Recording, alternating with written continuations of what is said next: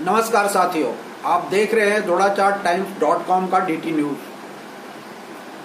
आज मैंने आध्यात्म सीरीज में एक अध्याय और जोड़ दिया है।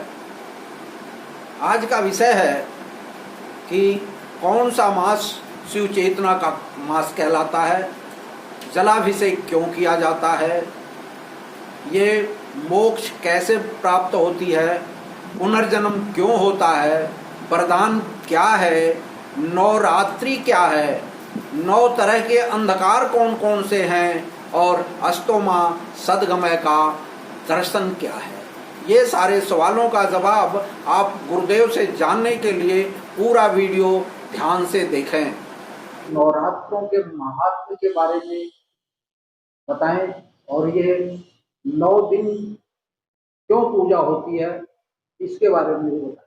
चिदादित्यम किशोरांगम परे धामन्य विराजितम स्वरूपम सच्चिदानंदम निर्विकारम सनातनम। आध्यात्मिक विमर्श की निरंतर श्रृंखलाबद्ध चल रही आज के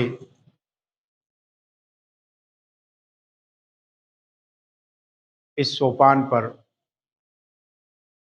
जहां हमारी यात्रा अब तक विश्राम करते हुए अग्रसर होने के प्रयास में निरंतर चिंतनशील है, इस आध्यात्मिक सोपान पर जहां हम विमर्श के लिए अग्रसर हो रहे हैं, वहां मेरे समक्ष शारदीय नवरात्र के संबंध में कुछ विवेचनाएं प्रस्तुत करनी है, जिनका आदेश मुझे प्राप्त हुआ है। इसलिए शिव से प्रेरित ये उत्सव है, जिसे हम नवरात्रि उत्सव कहते हैं। प्रत्येक अंगों में 3-3 आयाम है। इन पर कभी आगे विस्तृत चर्चाएं की जाएंगी, क्योंकि धीरे धीरे ये क्षेत्र विस्तार होता चला जाएगा और आप भी उदासीन होते चले जाएंगे। इसलिए हम चाहते हैं कि प्रत्येक के क्षेत्र का विवेचना प्रत्येक अलग अलग संदर्भों से की जाए और जिसके माध्यम से आपको समझने में सहायता प्राप्त हो। इसलिए हम केवल इतना ही कहेंगे कि जिस प्रकार 101 नाड़ियों से निष्कासित होने वाला जीव जो अयोनि से निकलता है वो मुक्त होता है। अयोनि से निकला हुआ ही योगी कहलाता है। योगी से ही हमारे ब्रह्मरंध्र को विस्फोटित कर सहस्त्रार से मिलते हुए वो ब्रह्मांड में मिल जाता है। ये संस्कृति की प्रेरणा थी। हमारे प्राचीन महापुरुषों में ये अनुभव किया कि शरीर के विभिन्न अंगों से, वासनाओं से बंधा हुआ आदमी, काम से बंधा हुआ आदमी, काम के प्रति आकर्षित व्यक्ति की मृत्यु होने पर उसे मल मूत्र के रास्ते ही जाना पड़ता है और उस स्थिति में वो बार बार जन्म लेता है, अर्थात उसकी मुक्ति नहीं है। फिर वो ज्ञानेन्द्रिय, जो पंच इंद्रियां हैं ज्ञान की, उन इंद्रियों से निकलने वाला भी उसमें जिज्ञासाएं समाप्त नहीं होती, अर्थात वो भी उनसे निकल भागने में असमर्थ रहता है। ऐसी स्थिति में उसके भी आने की संभावनाएं रहती हैं। ऐसे ही शरीर में 15 ऐसे स्थान हैं, जिन 15 स्थानों से निकले हुए लोग वह हमेशा इस संसार के नियामक बने रहते हैं, निरंतरता के कारण बने रहते हैं। और इससे अलग जो 16वां स्थान है, जो सहस्त्रार्श है, ब्रह्मरंध्र है, जहां से आत्मा विसर्जित होती है तो वो परमात्मा परम तत्व में विलीन हो जाती है। इसलिए उसे मोक्ष या मुक्ति कहते हैं। जीवन, हमारा जन्म तो हमारे बस में नहीं था, लेकिन मृत्यु हमारे बस में है। इसलिए महापुरुषों ने इसी मृत्यु को बनाने के लिए तमाम प्रकार के आध्यात्मिक साधनाएं दी है। हमारे शरीर में 10 दरवाजे हैं। उन 10 दरवाजों में से 9 दरवाजे ऐसे हैं जिन्हें बंद करके हम 10वें दरवाजे से ही निकल सकते हैं। इन 10 को बंद करना है तो कैसे? इन 10 को हम बंद कैसे करेंगे? इन 9 को हम खोलेंगे कैसे? इन 9 को पुनः हम बंद कैसे करेंगे? ये मृत्यु का अभ्यास कैसे करेंगे? इस विषय पर आगे चर्चा की जाएगी। लेकिन इतनी बात आपके बीच में जरूर रखा जाए, ये जो नवरात्रि का उत्सव है, नवरात्रि जो 9 प्रकार के अंधकार से हमें घेरे हुए हैं, इन अंधकारों को दूर करने के लिए गुरु की ही ये कृपा है जो सर्वप्रथम गुरु उपासना, गुरु पूर्णिमा के रूप में आई है। तब से ये वर्षा वास यानी वरदान की वर्षा हो रही है, वरदान का वास हो रहा है, वरदान का सृष्टि हो रही है। वरदान ही हमारे जीवन के लिए वो एक उपादेय है जिनके माध्यम से ही हम आगे चल सकते हैं। देवशयनी एकादशी के बाद होने वाली गुरु पूर्णिमा पर जब हम गुरु की सानिध्यता प्राप्त करते हैं तो गुरु हमारे दैहिक, दैविक और भौतिक इन तीनों प्रकार के तापों को हरते हैं, हर लेते हैं और साथ ही हमारे अंदर अस्तो मां सद्गमय, तमसो मां ज्योतिर्गमय, मृत्युर्माम अमृतम गमय, इन 3 प्रकार के परम सत्यों के दीप प्रज्वलित करते हैं और इन दीपों के माध्यम से प्रारंभ में वह हमें शिव चेतना से जागृत करते हैं। इसलिए संपूर्ण मास हमारी शिव चेतना का मास है और उस शिव चेतना के मास में हमारा मन जो अत्यंत चंचल और इस सृष्टि में दुख, दैन, दारिद्र्य का कारण है, उसी मन को हम परमात्मा शिव में विलय करने की भावना रखते हुए शिवलिंग पर जलाभिषेक करते हैं, मन को शिव पर समर्पित करते हैं और ये कामना करते हैं, हे परमात्मन, हे परब्रह्म, हे महाकाल, हे समस्त जगत के कण कण में व्याप्त रहने वाले चेतना रूप से जागृत परमात्मा, मुझे अपने इन अनुसंधानों के लिए, मुझे इन त्रिविध गुरु के दीपों के संरक्षणार्थ मुझे चेतना और शक्ति प्रदान करें कि ताकि मैं आगे जाकर उनका अनुसंधान कर सकूं। तो प्रथम में गुरु ने जो दीप जलाए तो पहला दीप अस्तो मां सद्गमय, वो हमारे पितरों से संबंधित है। इसलिए हम विभिन्न प्रकार से पितरों का हम पूरा अनुष्ठान करते हैं और उनके प्रति श्रद्धानत होते हैं और अपने संपूर्ण वैभव और ऐश्वर्यों के साथ हम उन समस्त पितरों को धन्यवाद देते हैं कि उन्होंने हमें जीवित रहने का अधिकार दिया और हमें इस सृष्टि में उतारा। इसलिए हम समस्त पितरों द्वारा प्रकाशित किए हुए इस परंपराओं से आधुनिक स्तर पर पहुंचने की स्थिति से अनुग्रहित होकर हम उन्हें धन्यवाद देते हैं। वही हमारा अस्तो मां सद्गमय, यानी जो है वो जाएगा, आज जो है वो कल पितृ बन जाएगा और जो कल आएगा वो फिर परसों पितृ बन जाएगा। इस तरह पितृ का भी क्रम चलने वाला है, सतत चलता ही रहेगा। ये सृष्टि की निरंतरता के सूत्र, सिद्धांत एवं नियम है। इसी तरह से हमारी भी सृष्टि अनवरत चलती रहेगी और इस सृष्टि में जो हमारे पूर्वज हैं वो भी शनय शनय आगे बढ़ते रहेंगे और पितृ को प्राप्त होते रहेंगे। इसलिए सर्वप्रथम श्राद्ध जो आयोजन है वो श्रद्धा का आयोजन है और उस श्रद्धा के द्वारा हम अपने समस्त पितृगणों को, अपने पूर्वजों को उनसे अनुग्रहित हुए के लिए धन्यवाद देते हैं और उन्हें भोजन आदि वैभवों से निवेदित करते हुए उनसे हम उनका शुभाशीष लेना चाहते हैं। और इस आधार पर ये 15 दिनों 16 दिनों का है वास्तव में, तो 16 दिनों के अंतराल में उन्हीं 16 मार्गों को प्रशस्त करने के लिए, जिन्हें प्राप्त करने के बाद हम असत्य से सत्य की ओर प्रयाण करते हैं। सत्य क्या है कि ये संसार नश्वर है, नश्वरता का बोध प्रथम सत्य है। सत्य के भी 24 प्रकार हैं, प्रत्येक प्रकारों पर अलग से वार्ता की जाएगी। इसलिए सत्य जिसे हमने पाया वो ये है कि यहाँ सब कुछ नश्वर है, सब कुछ अनित्य है, केवल एक ब्रह्म, परमात्मा और ज्योति, यही तीनों यहाँ सत्य है, यही नित्य है। और जो अनित्य है वो परमात्मा है और उस परमात्मा को पाने के लिए हमें ज्योति के माध्यम से ही आगे की ओर बढ़ना होगा। यही ज्योति जो पहले ज्वाला के रूप में प्रकट हुई, फिर मशाल के रूप में प्रकट हुई, फिर दीप के रूप में प्रकट हुई, फिर ज्योतिर्लिंग के रूप में प्रकट हुई, फिर अन्य संसाधनों से प्रकाशित कर रही है, वही गुरु ज्ञान से भी ज्ञान रूपी दीप से प्रज्वलित हुई। आगे हमें अध्यात्म की अन्वेषणा के लिए वो हमारा मार्गदर्शन करने वाली है।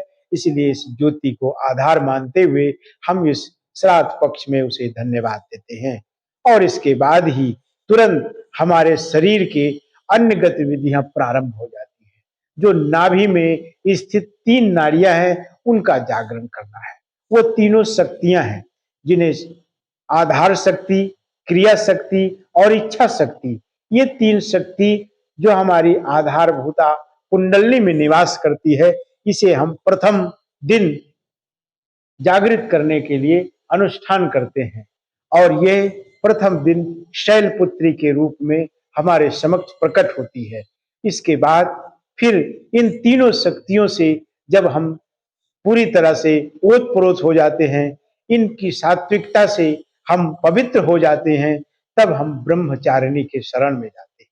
और ब्रह्मचारिणी के शरण में जाकर हम ब्रह्मत्व की चेतना को जागृत करते हैं। और ये ब्रह्मत्व की चेतना जागृत करने का दूसरा हमारा शक्ति उपासना का सोपान है। और इसके तीसरे सोपान पर एक घंटनादिनी देवी हैं, जिन्हें चंद्र घंटा कहा गया, जिनकी आभा चंद्रमा के समान है और उनके हाथ में घंटा है। घंटे की ध्वनि हमारी तमाम प्रकार के कलुषित ध्वनियों को समाप्त करने की क्षमता रखती है। अर्थात हमारे उस कुंडली में स्थित जो नाभि है, उस नाभि में ही भय है, नाभि में ही संतानोत्पत्ति की इच्छा है, नाभि में ही वासना है और नाभि में ही काम बसता है। उस नाभि को पूरी तरह से सजग करना या उसे ध्वनि से पवित्र कर देना, वो चंद्र घंटनादिनी देवी चंद्र घंटा का हम आश्रय लेते हैं। और उसके आश्रय में उसके घंटे नाद से हम अपनी नाभि स्थल यानी ब्रह्म के संपूर्ण वांग्मय को जो वासनाओं की ओर प्रेरित करता है, उसे हम शांत करते हैं। वहीं से पंच ब्रह्मवादिनी देवी भी प्रकट होती हैं, जिन्हें हम गायत्री, सावित्री, शारदा आदि नामों से जानते हैं, जिन्हें पंच ब्रह्म विद्याएं कहते हैं। यही साधक ब्रह्मचारिणी की अवस्था में, ब्रह्मचारिणी का आश्रय में ही वो पंच ब्रह्म विद्याओं की भी साधना करता है। यहां से उसके पास करीब 8 शक्तियों का बोध हो जाता है। इच्छा शक्ति का, क्रिया शक्ति का और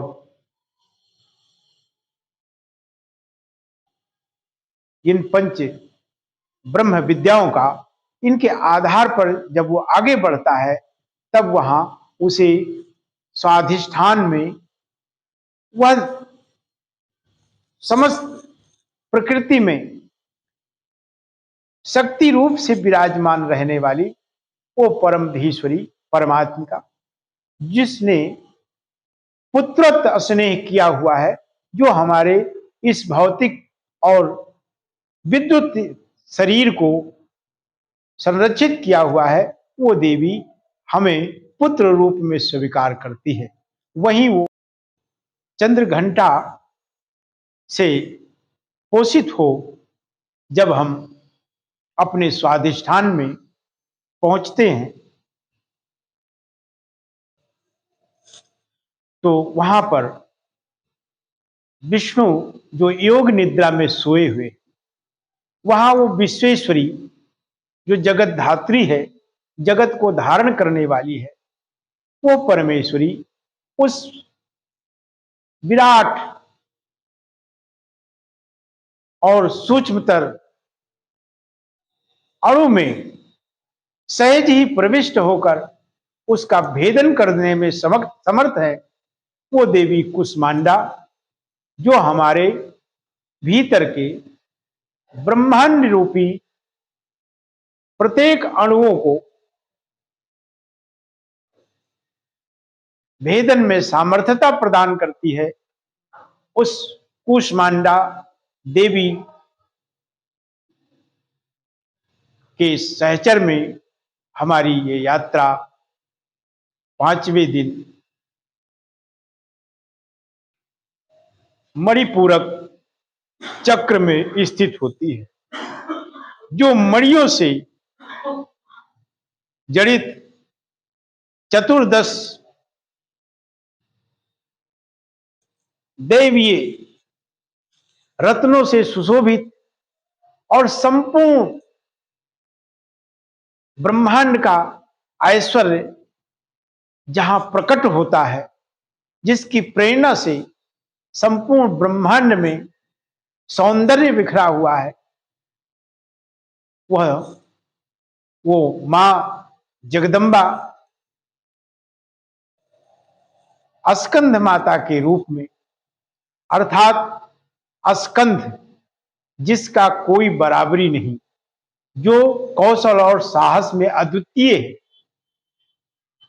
जब हमने इच्छाएं और वासनाओं के बंधनों से ऊपर उठे, संसार को जीतने वाला व्यक्ति उतना साहसी और उतना वीर नहीं कहलाता जितना स्वयं से जीतने वाला।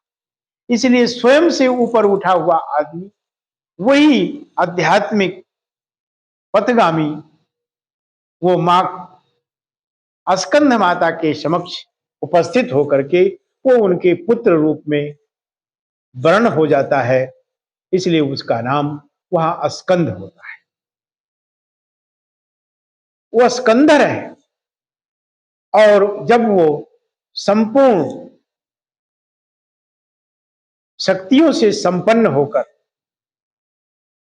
वो मां की प्रेरणा से अपने अनाहत चक्र में, जहां परमात्मा विष्णु स्वयं पुरुषार्थ रूप होकर समस्त ब्रह्मांड के ऐश्वर्यों को देने के एकमात्र देवता है, उनका शरण प्राप्त कर वो वैकुंठ के महान ऐश्वर्यों का पात्र बन जाता है और जीवन के समस्त दुखों से मुक्ति पा जाता है। वह स्थान कात्यायनी का है। कात्यायनी अर्थात जिन्होंने सारे आयनों को समाप्त कर दिया हो, वो कात्यायनी है। यानी हमारे जीवन की संपूर्ण साध समाप्त हो गई हो, जीवन के सारे वासनाओं के चक्र समाप्त हो गए हों, सारे संकल्प समाप्त हो गए हों, सारी इच्छाएं समाप्त हो गई हों, जहां केवल परमात्मा और जीव निवास करता है। वह जीव जो परमात्मा की प्रेरणा से ही इस सृष्टि में आकर सृष्टि का मार्गदर्शन करता है, वही परमात्मा विष्णु के सानिध्यता को प्राप्त कर अपने जीवन के समस्त कारणभूतों को नष्ट कर देता है और विष्णु का सहचर प्राप्त करते हुए इधर अन्यंत्र शक्तियां रखने वाली परम्बा भगवती का भी अनुग्रह प्राप्त करते हुए जब वो विशुद्ध चक्र में पहुंचता है, तब वहां विद्युत कांति अनवरत झड़ रही है। संपूर्ण आकाश में एक महान दीप्यमान मातृशक्ति की आकृति आवृत हो रही है, जिसने संपूर्ण ब्रह्मांड को आवृत कर रखा है। उसकी एक विद्युत कांति में 10 करोड़ वाट का ऊर्जा है और वहां ऊर्जा का निरंतर इस हमारे शरीर में आंदोलन चलता रहता है और उसी आंदोलन का प्रभाव है जो हमारे शरीर में चेतना बार बार जन्म लेती रहती है, अनवरत प्रत्येक क्षण जन्म लेती रहती है और हमारे हृदय के प्रत्येक स्पंदन में वो वही क्रिया, वही घटना घट रही है जो उस परमेश्वरी मां कालरात्रि का है। अर्थात वहां संपूर्ण ब्रह्मांड आकाश विलीन है।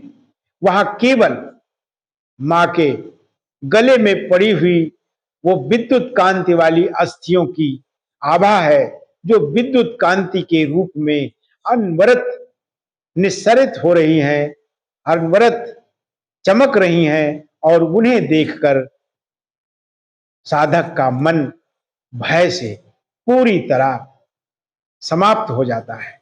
अर्थात नीचे वासनाओं पर उसने विजय पाई, ऊपर काम पर उसने विजय पाई, और नाभि जहां भय भी था, वो भय अब धीरे धीरे ऊपर की ओर चढ़ रहा था, जो विशुद्ध चक्र में पहुंचने के बाद सदा सदा के लिए समाप्त हो जाता है उस विद्युत कांति के प्रभाव से, उस मां काल रात्रि के उस ओंकार से। वहां केवल होंग शब्द गुंजायमान होता है और नीचे केवल अनहद शब्द बज रहा था, अनहद चक्र में जो बिना बजाए बज रहा था, उसकी कोई ध्वनि नहीं थी। लेकिन जैसे ही वो विशुद्ध चक्र में पहुंचता है, वहां उसे हूं शब्द का गुंजायमान होता हुआ प्रतीत होता है। उस अवस्था में जब व्यक्ति पहुंचता है, तो ये बात बताने की है कि वो नाभि में जहां उसे भय है, पुरुष की अपेक्षा स्त्रियों में भय अधिक होता है। उसका एकमात्र कारण यह है कि नाभि में भय होता है, और नाभि स्त्रियों के संतानोत्पत्ति की जगह होती है, और वो जगह संतानोत्पत्ति कराने के कारण वो हमेशा निर्बल और कमजोर हो जाती है, जिसके कारण भय की सीमा बढ़ती जाती है। यदि स्त्रियां संतानोत्पत्ति ना करें तो वह उससे भय से मुक्त हो सकती हैं, और ऐसा देखा जा रहा है। वैज्ञानिकों ने माना है कि भय की उत्पत्ति नाभि से ही मनुष्य को प्रभावित करती है। जब भी कोई आदमी भयभीत होगा तो उसके नाभि में कुछ हलचल उत्पन्न होती हुई देखी जाएगी। वो नाभि को पकड़कर बैठ सकता है, वो भयभीत होगा तो यही उसकी स्थिति है।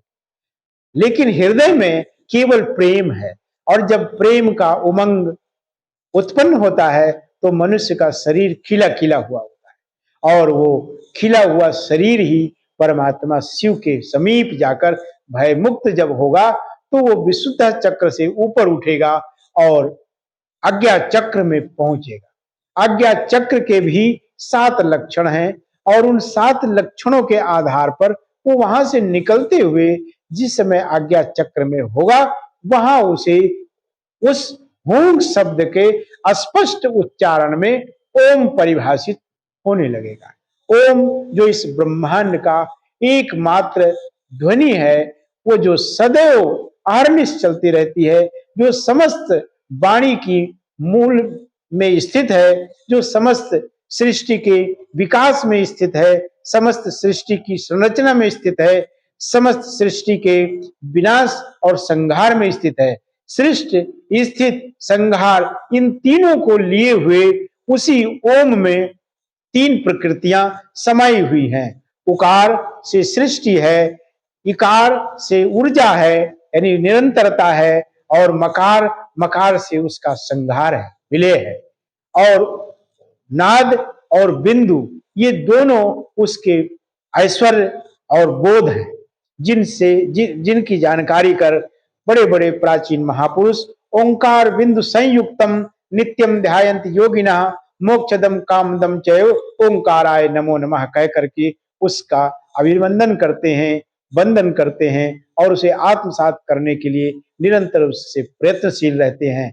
आज्ञा चक्र में पहुंचे हुए व्यक्ति को मां महागौरी स्वयं ही अपने हाथों में लेकर के उसे जीवन की सारी साध पूरी कराती हैं। वहां उसे हर प्रकार के अष्ट स्वरूपों का दर्शन कराती हैं।